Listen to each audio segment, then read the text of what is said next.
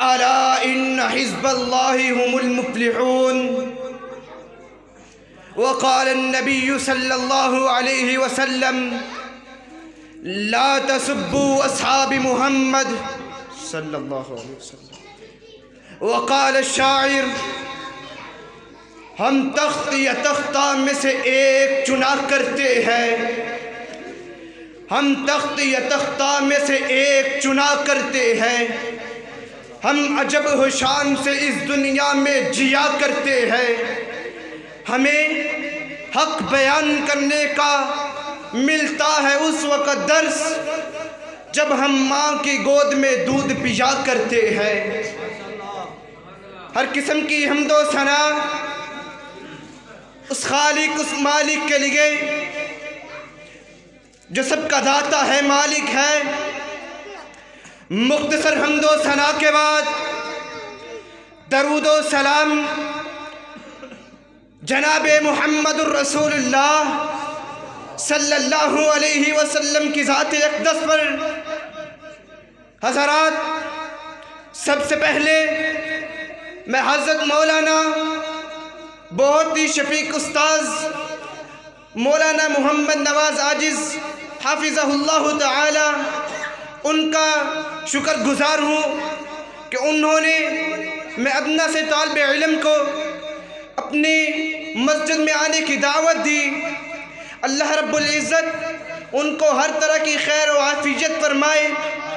حضرات سنیے ذرا، رب العالمین نے اپنے قرآن میں جو اعلان کیا، دشمنوں کو بتا دیا، اپنوں کو بتا دیا، غیروں کو بتا دیا، بیگانوں کو بتا دیا.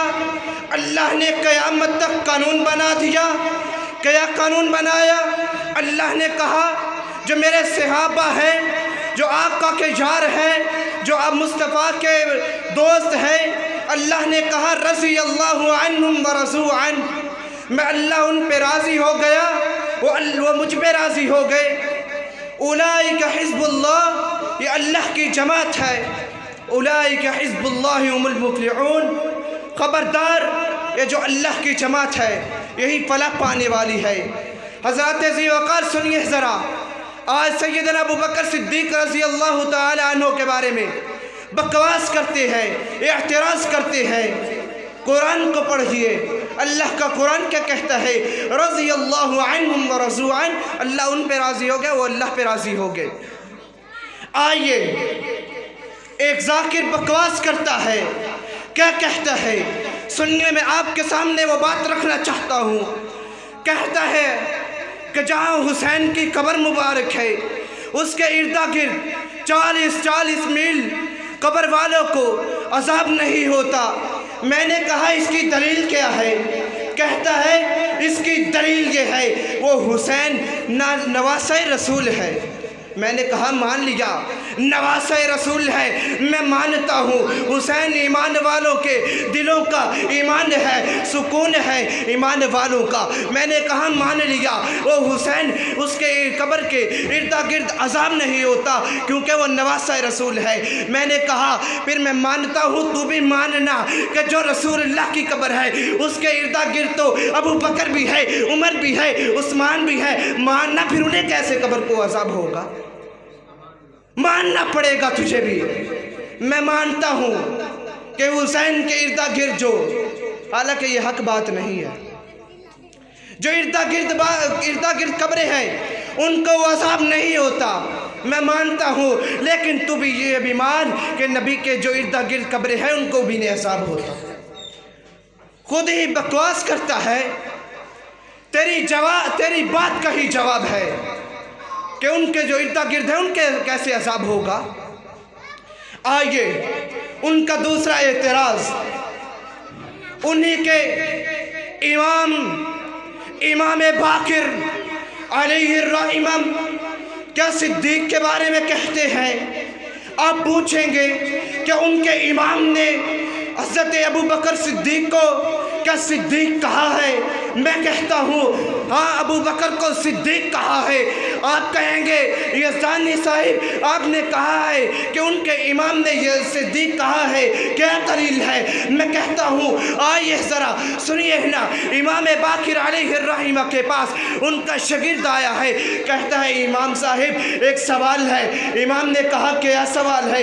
امام باقر علیہ الرحمہ نے فرمایا شاگرد کیا سوال ہے؟ وہ کہتا ہے استاد جی کوئی بندہ اپنی تلوار کی دستی پر چاندی لگا سکتا ہے؟ امام باقر علیہ الرحمہ نے فرمایا ہاں لگا سکتا ہے۔ اس نے کہا اس کی دلیل کیا ہے؟ امام باقر کا جواب سنیے اور تڑپ جائیے، آپ کا ایمان تازہ ہو جانا چاہیے۔ امام باقر علیہ الرحمہ فرماتے ہیں میں نے ابو بکر کی تلوار کو دیکھا ہے، ابو بکر کی تلوار کے دستی پہ چاندی لگی ہوئی ہے، اس کی یہ دلیل ہے۔ سبحان اللہ، کیسی دلیل دی ہے؟ امام باقر علیہ الرحمہ فرماتے ہیں کہ اس کی جو دستی ہے اس پہ چاندی لگی ہے۔ شاگرد کیا کہتا ہے؟ شاگرد کہتا ہے امام صاحب آپ نے اسے صدیق کہا؟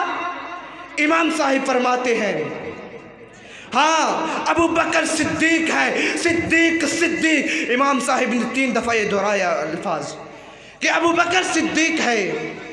جاؤ ساری دنیا کائنات کے ذاکروں کو یہ چیلنج ہے کہ امام تم انہیں اپنا مانتے ہو، امام باقر علیہ الرحمہ حقیقت میں وہ اہل الحدیث کے امام ہیں۔ امام باقر علیہ الرحمہ فرماتے ہیں کہ وہ صدیق ہے، صدیق صدیق جو نہ مانے وہ زندیق ہے۔ اور آگے سن لیجئے ان کا فتویٰ۔ امام باقر علیہ الرحمہ فرماتے ہیں کہ دنیا کائنات میں بسنے والوں لوگوں سن لو کہ جس کے مذہب میں صدیق کی صداقت نہیں ہے اس کے مذہب کی تصدیق ہی نہیں ہے۔ کوئی رد کر کے دکھائے۔ آئیے اگلا نکتہ میں آپ کے سامنے نظر رکھ کر رہا ہوں۔ حضرت ابو بکر صدیق رضی اللہ تعالیٰ عنہ کے بارے میں یہ بھی کہا جاتا ہے کہ سیدنا ابو بکر صدیق رضی اللہ تعالیٰ عنہ کو علی المرتضیٰ نے نہیں مانا۔ میں نے کہا کہ بتا مجھے کہاں لکھا ہے علی نے صدیق کو نہیں مانا؟ میں تجھے دکھاتا ہوں علی نے صدیق کو کہاں مانا ہے۔ حضرت صدیق اکبر رضی اللہ تعالیٰ عنہ ایک دن علی المرتضیٰ کو کہتے ہیں رضی اللہ تعالیٰ عنہ علی حسین کی جو شکل ہے وہ تجھ پہ نہیں جاتی، حسین کی شکل نانے پہ جاتی ہے۔ کس پہ جاتی ہے؟ نانا پہ جاتی ہے۔ دشمن کے بیٹے کو کہتا ہے، کوئی دشمن کے بیٹے کو کہتا ہے کہ یہ تو نعوذ باللہ دشمن کے بیٹے کو اس طرح کہتے ہیں، اس کا منہ کالا ہے، یہ اس طرح کا ہے، اس میں یہ عیب ہے، یہ عیب ہے۔ لیکن صدیق تو وہ ہے جو کہتا ہے اس کی شکل علی تیرے پہ نہیں جاتی، اس کے رسول اللہ پہ جاتی ہے۔ یہ پیار ہے صدیق کا علی پر۔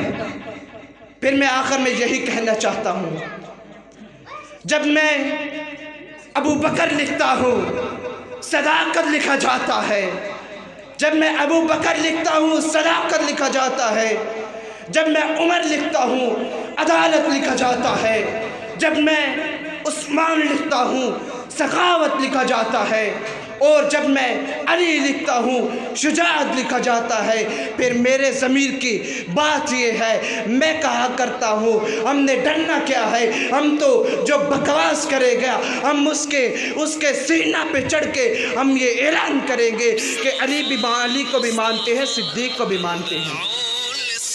پھر میں کہہ دیتا ہوں کہ جب میں شیعہ لکھتا ہوں، شیعہ تو لکھتا ہے لیکن تو کافر لکھ دے۔ اللہ سے دعا ہے کہ اللہ رب العزت ہمیں صحابہ اکرام کی عظمت و رفت کو سمجھنے کی توفیق عطا فرمائے، اور جو بکواس کرتے ہیں ان کے امام جو امام باقر علیہ الرحمہ، ان کی جو پاؤں کی خاک ہے، اس کی خاک، ان کی پاؤں کی خاک سے میں سارے چرسی بکواسیوں کو قربان کر دوں نا، پھر بھی امام باقر علیہ الرحمہ کا مقابلہ نہیں کر سکتے۔ اللہ ہمیں عمل کی توفیق عطا فرمائے۔ جو صحابہ کرام کو گالی دے اللہ اسے ہدایت دے، اگر اسے ہدایت نہ نصیب ہو اللہ اس پہ لعنت فرمائے۔ وما علینا الا البلاغ المبین۔